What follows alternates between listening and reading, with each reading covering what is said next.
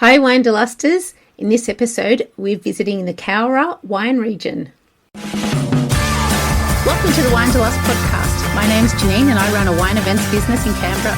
But my real passion is travel and my bucket list is to travel to every wine region in the world. In this series I'll be exploring some regional Aussie wine destinations. I'll give you some tips whether you're planning a romantic getaway, a girls' weekend or you're dragging the kids along. So pour yourself a glass and let's get exploring.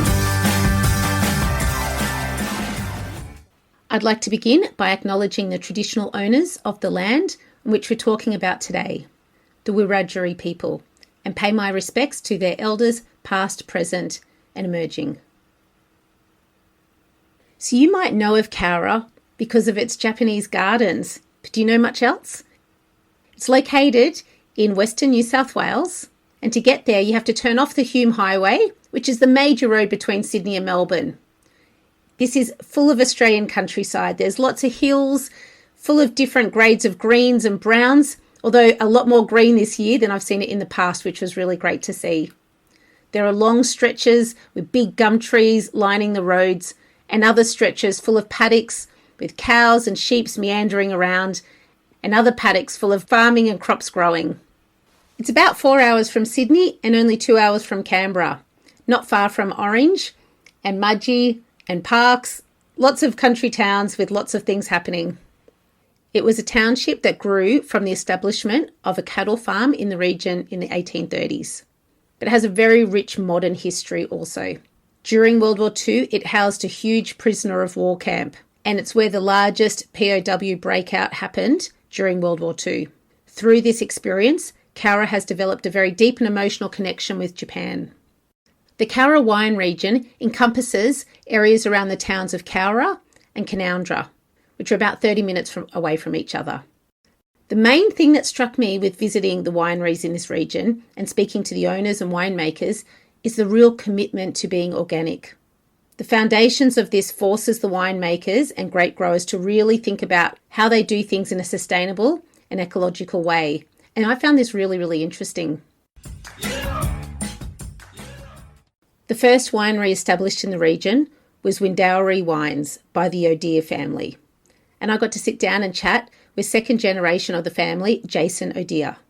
We met at Jason's family home, located between Cowra and Canowindra. Windowrie have expanded and grown and now have several labels, which Jason will chat us through. We also talk about the move to being organic, and I get a tour of the biggest compost mound I have ever seen. I really appreciated Jason's time to meet and chat with me. Welcome, Jason, from Windowrie Estate Wines. Pig in the house, Pinot Gris. Oh, fantastic. Cheers and welcome. Cheers, thank you very much. It's nice to meet you, especially on a Sunday afternoon, taking time out.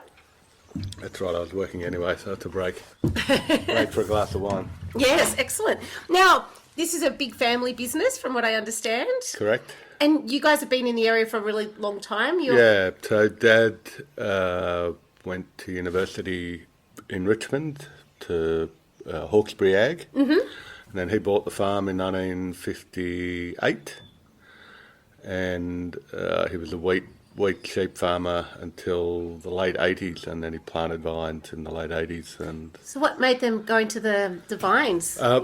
Because the wheat and the canola and everything, we'd had a couple of years of drought and it wasn't going well, and he got a working group over from Orange Ag, and they had a whole relook at the business, what can we do? And I thought, okay, I'll try a little bit of intensive agriculture. So we did a bit of cherries and fruit and vineyard. And then the late 80s, the vineyard began to take off. Yeah, what did you have grown first? So the block as you came in there, Chardonnay, Cabernet, Shiraz. Basically. But Chardonnay, that would have been the glory days. So fantastic. Cowra had a name in the Rothbury. Chardonnay was one of the biggest in the country at that time. Yeah, there was high demand for that variety from this region. Notice on your website, your mum is known as Wiz, and then there's Steph, Doe and Nook. And how come you're the only one without a nickname? I get called a lot of things. Don't worry about that. I control the web. Mum was Elizabeth. Oh, right. That's how she became Wiz, and Steph, Stephen, Doe, Dimity, Nook is Katrina. So You're quite a large business now. Like you've got several different labels. Yeah. If we go, we'll go. Yeah, because you've just poured us a beautiful pig in the house Pinot Gris. So this is an organic range. That's right. So 20 years ago, when my firstborn came along, my wife and I thought we don't want chemicals in the vineyard around the house. So we converted to organic, and we were going to a trade fair. We couldn't think of a name, and we thought, what are we known for here? And the former owner of where we are was a pig farmer, and he used to let them into the house. So we went up to the trade fair with a funny name written on a tag, and so we've been organic for 20 years, and we're doing preservative-free as well as organic now. But that's our main range, most widely available. The other one you've got here is PF. Organic. So that's preservative-free. Oh, right. So no sulphur added during winemaking or at bottling. Yeah, people are looking for it, and, if you can make the wines good or better, then why not? Yeah, definitely. A lot easier to make preservative-free in the red, we've found. Just the higher alcohol gives a bit of cover. Mm-hmm. The whites are a bit trickier.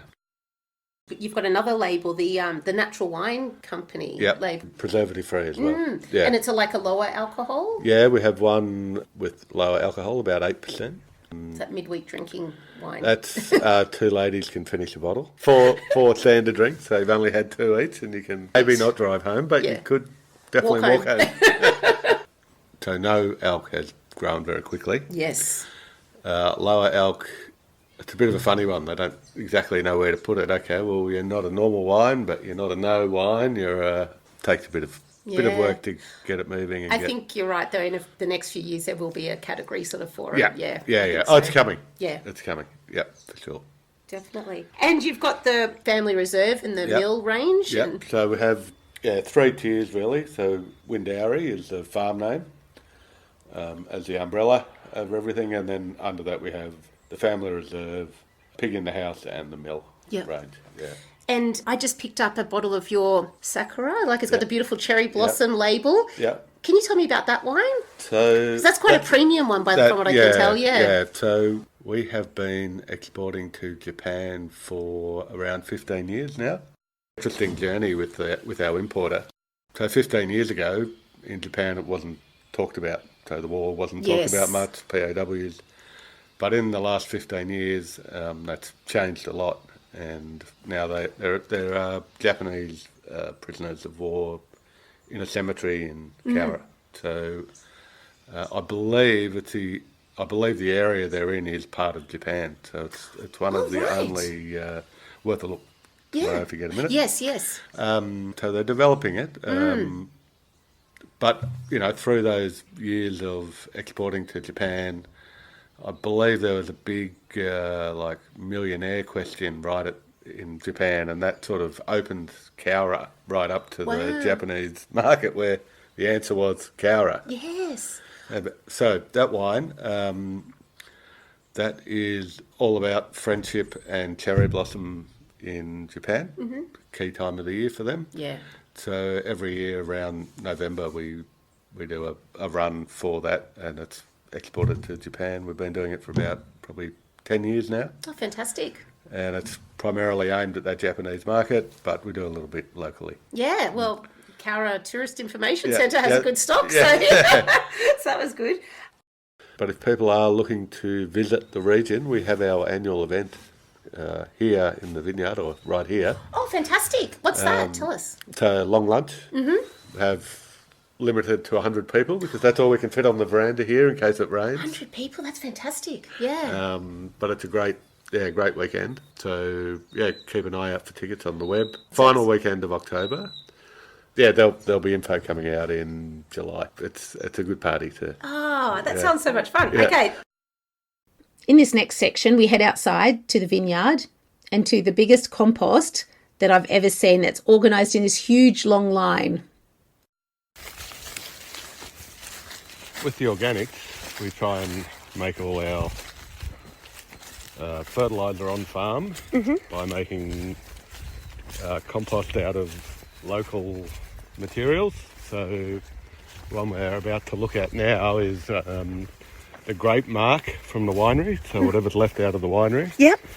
And we've added chook poo, cow poo, olive waste from a factory down the road.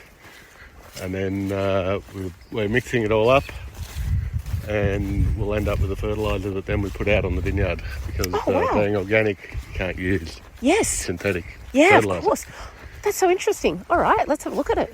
So we've got about, I think we've got about 400 or 500 tonne here cooking away. Oh my God. It's a matter of working out your carbon and your nitrogen, and feeding enough carbon, and then it all does its thing and ferments, and we end up with the fertiliser.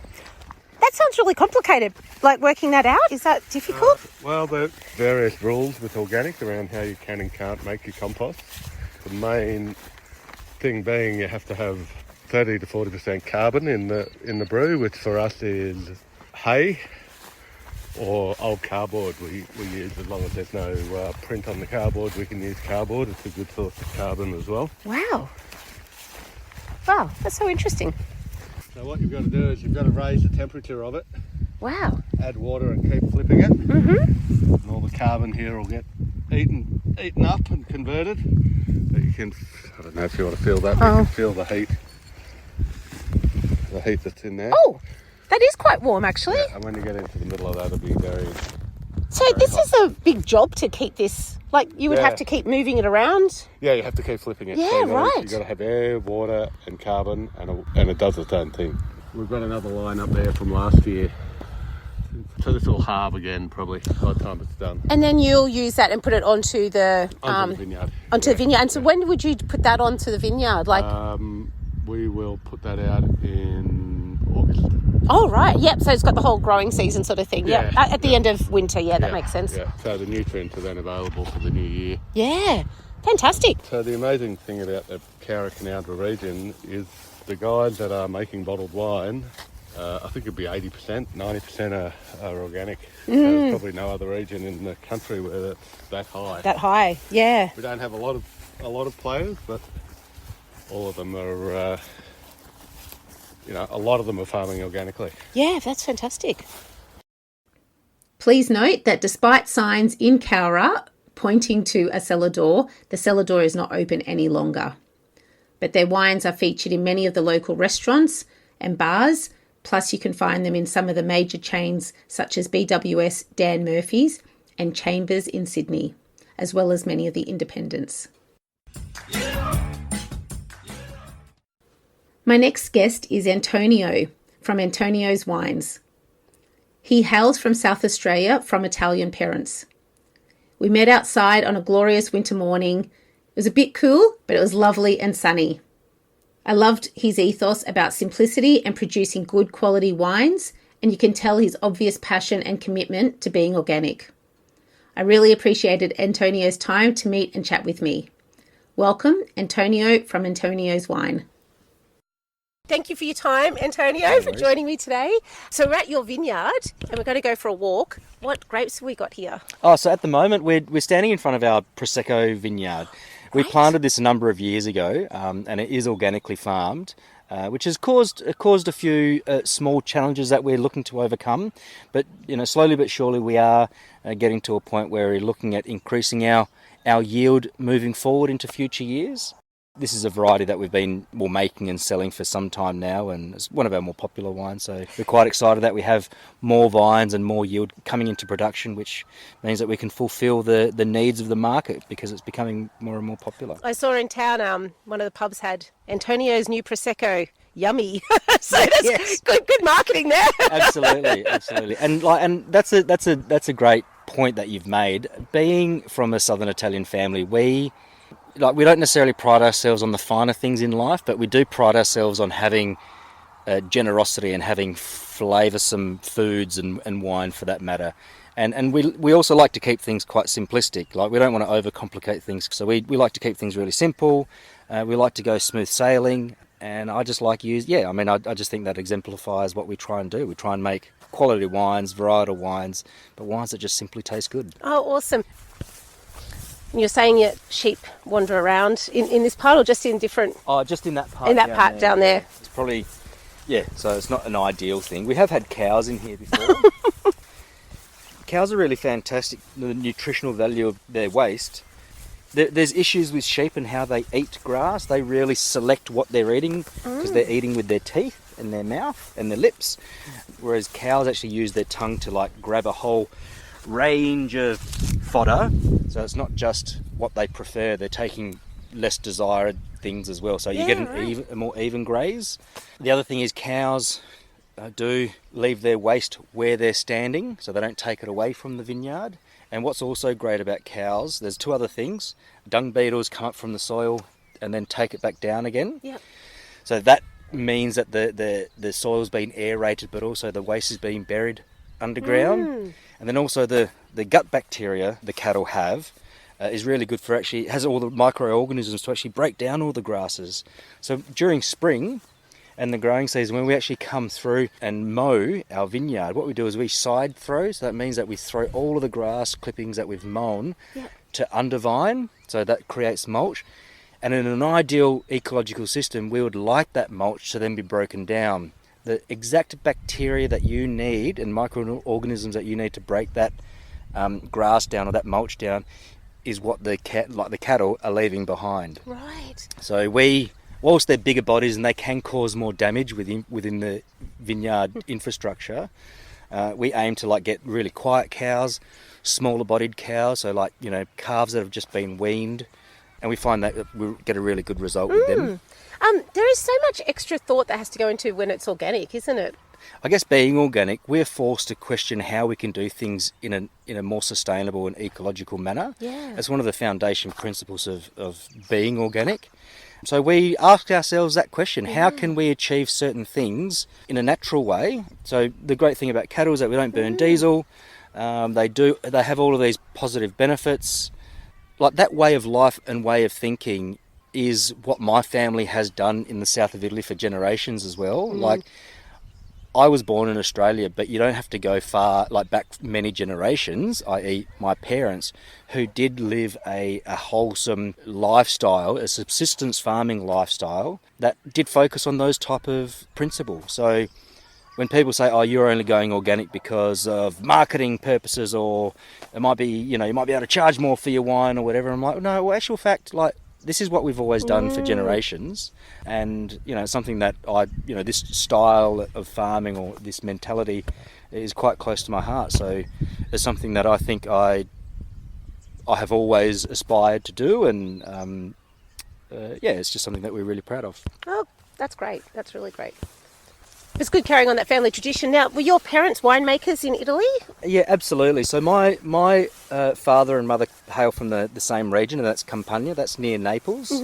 And some of the varieties from that area are now becoming slightly more popular in Australia. And some of those varieties are, like, there's a very famous white wine from Avellino, which is Fiano. It's becoming a bit more popular in Australia. So we've just planted some Fiano now. And other varieties which are not that common in Australia, but Greco di Turfo is one. Another one is one that my father appreciated making wine from was Coda di Volpe, so wolf's tail is effectively the name of the variety. And then where my mother's from, closer to Benevento, and that she's quite close to the Puglia region, the varieties that they had were varieties like Uva di Troia, and also Aglianico, which is a nice spice, acid-driven, medium-bodied red, which we've also planted here as well. Wow, fantastic. Absolutely. There's a lot of varieties I haven't heard of before, so that sounds really exciting. So when do you expect a vintage of those? In the coming years, we'll be harvesting. So we're just working, just the other day I was working through a plan on how to best manage them during this winter period with regard to pruning and some sort of arduous weed management that we must undertake by hand because, you know, we're organic and that's how we do things. But the other thing is, like, part of the reason why we did plant these varieties and head down this path is quite sentimental. Like, when I was in my younger years, I graduated from university and I travelled to Italy, and with the idea that I would like to maybe move there and live there full time making wine. That didn't eventuate. One of the reasons being is because I really love Australia. I'm very much a young Australian at heart, and so I came back to Australia, and it was just by coincidence that I moved to an area within Australia that is quite similar to where my parents are from. You only have to look just to the north of us, and you can see Mount Canowindra on the horizon. Yes. Now, Mount Canowindra does influence the climate where we are here quite significantly with regard to soil types. There's just basalt soils from Mount Canowindra, one of the eruptions just over the hill here. Oh, yeah, because it's a volcano, isn't it? Yes. Absolutely right.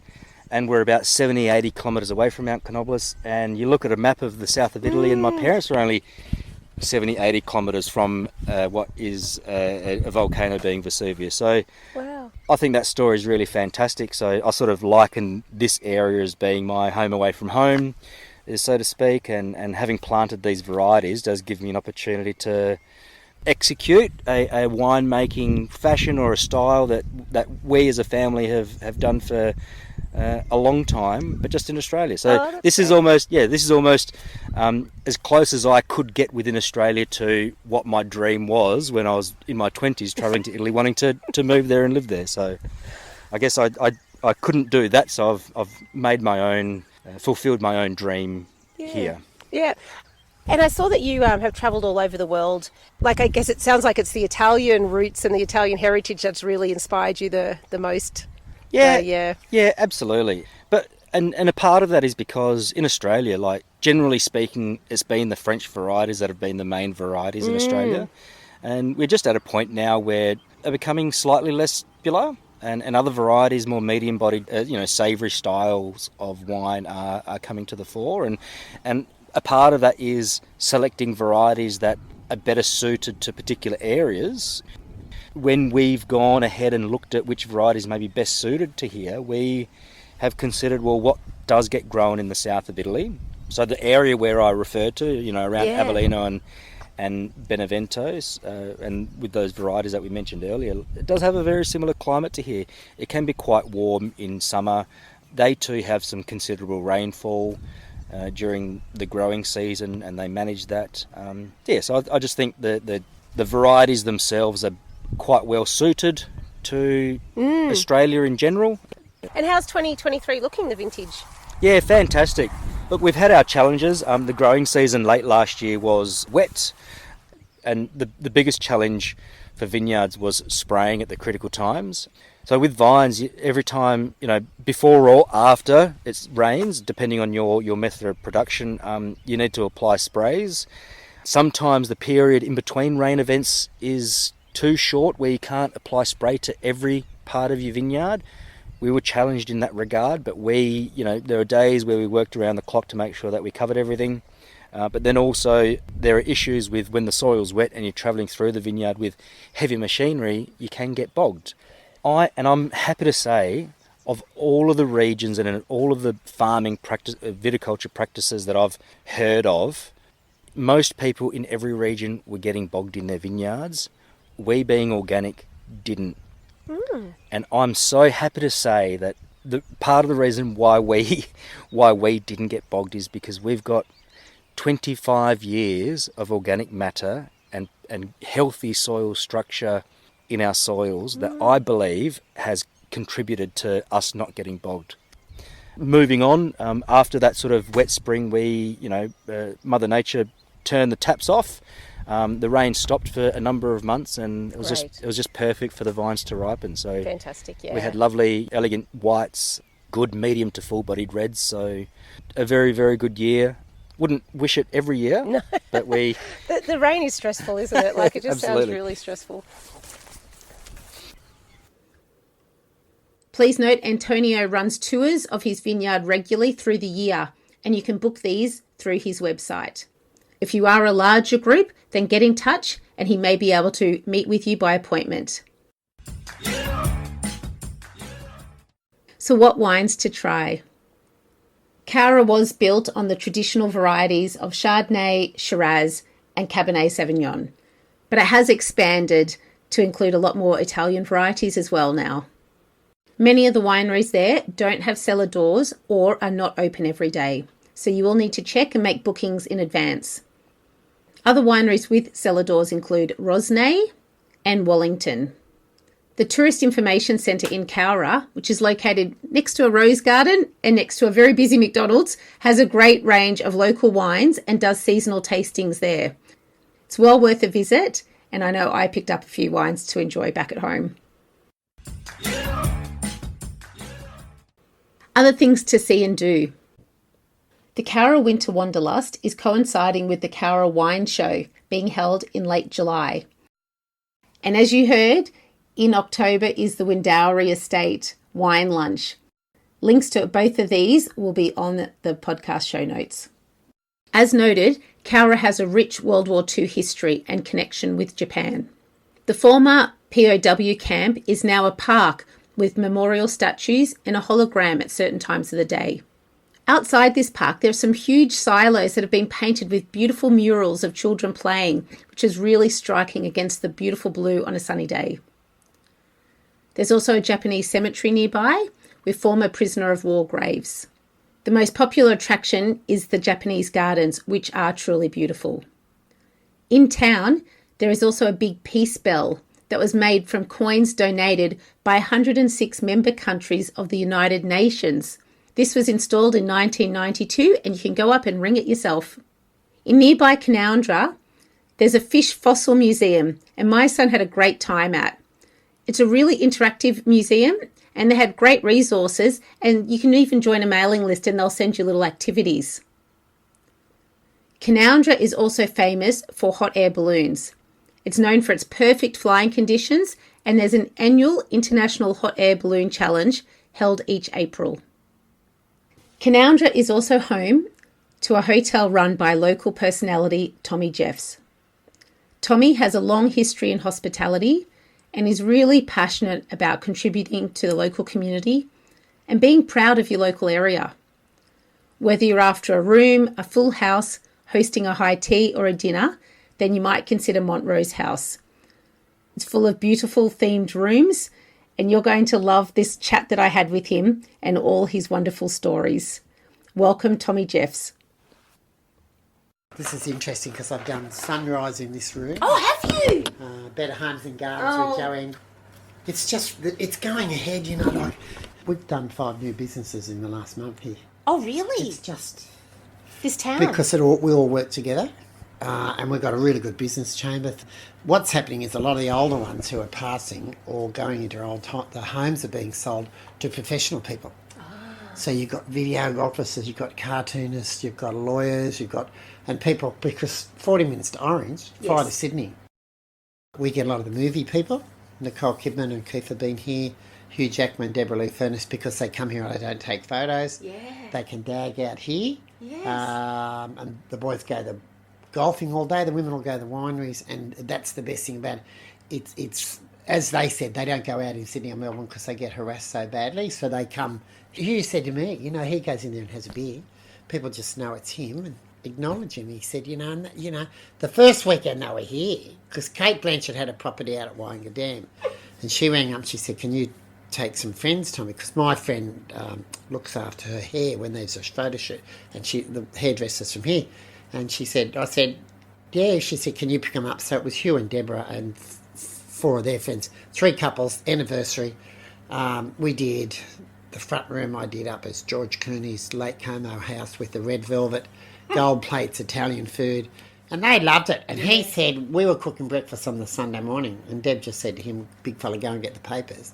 And he just strolled up the street in shorts and a T-shirt. And I always say to the ladies, you know, you're Princess Diana, I'm Paul Burrell, I'll be looking after you. And they get, you know, afternoon tea, and they have nibblies, they have dinner.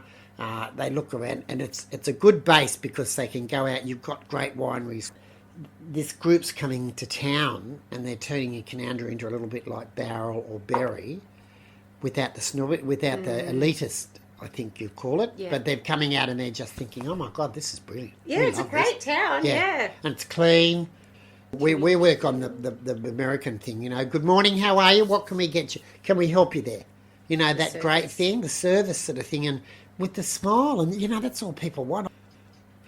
And when you get reunions where the people take the house over, if they've got people staying at the other places, I'll just say, utilise this place, you know, summertime where you can put chairs out in that front lawn, sit out there and have drinks and things like that. And it's the same thing here, and it's just got that really, really nice feel where it's beautiful without being, some places you go to and think, oh shit, I'm not going to touch that. anything, yeah. You can actually go, oh my God, I love this. This Yes. is really good.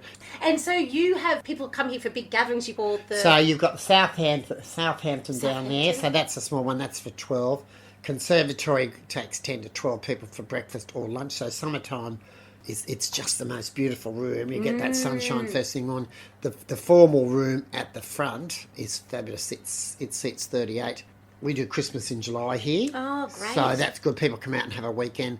But we do Christmas in July here, and the house is dressed up. And you can just imagine being David Jones, and people just go, oh, you were my telling God. me you used to be the window. So I was working with Carlotta before Carlotta was Carlotta. So I was working with Carlotta when he was Robbie from Balmain. Wow. So I watched that transition. So we worked in Mark Foy's, that was early 60s, and then Mark Foy's when it closed.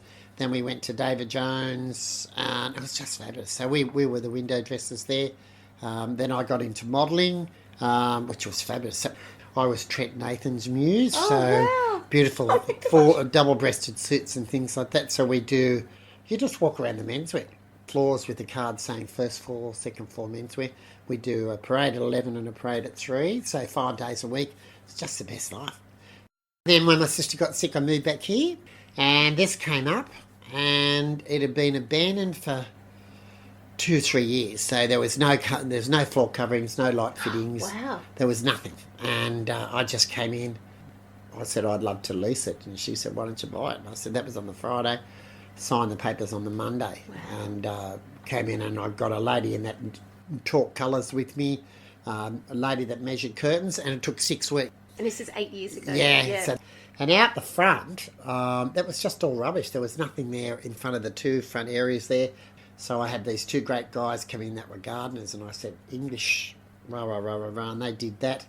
And then we just worked it. So you had air conditioning people, you had security guys, that were setting security, you had light fitting people, you had painters, carpet guys, people putting carpet down, and it was insane. Upstairs was orange and lime green, so that's gone to grey and white.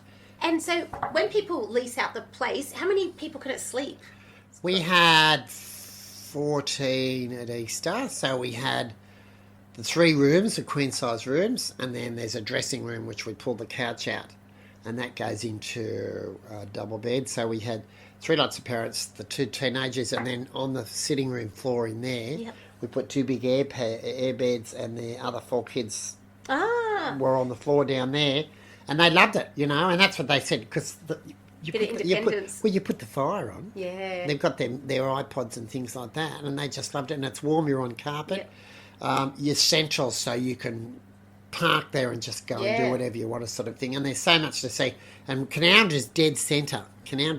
We worked it out the other day. So we're 40 minutes from Parks for Elvis Presley Festival. We're 40 minutes from Forbes. We're 40 minutes from Orange, and we're an hour from Bathurst. 20 minutes to Cowra. So people just go driving, and I mean, here on the weekends, we just flat strap the whole time. The people that come in, they're just blown away. They walk in and go, oh my God, this is insane. That's what I thought. Yeah. So some quick stats. Cowra and Canowindra are about half an hour away from each other. They're located approximately 45 minutes from Orange, Parks and Forbes, about 4 to 4.5 hours from Sydney, and 2 hours from Canberra. The closest airport is Orange. It's most convenient to have a car to get to Cowra. For accommodation, in Canowindra, in addition to Montrose House, there's a great little motel called Riverview, where the owner also does Indian food for room service takeaway. In Cowra, there are lots of motels, and in the surrounding regions, you can find houses to rent. What wines to try? Being a warmer location and lower elevation, the Aussie traditional favourites of Chardonnay, Shiraz and Cabernet Sauvignon do very well here.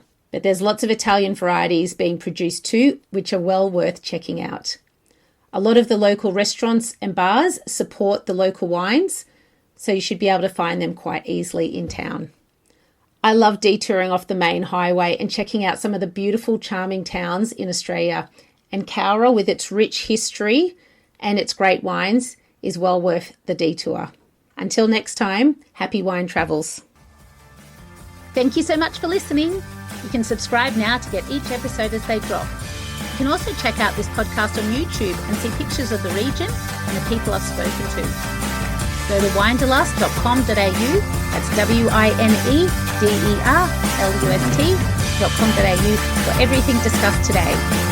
You can also subscribe to my newsletter to hear all about my upcoming events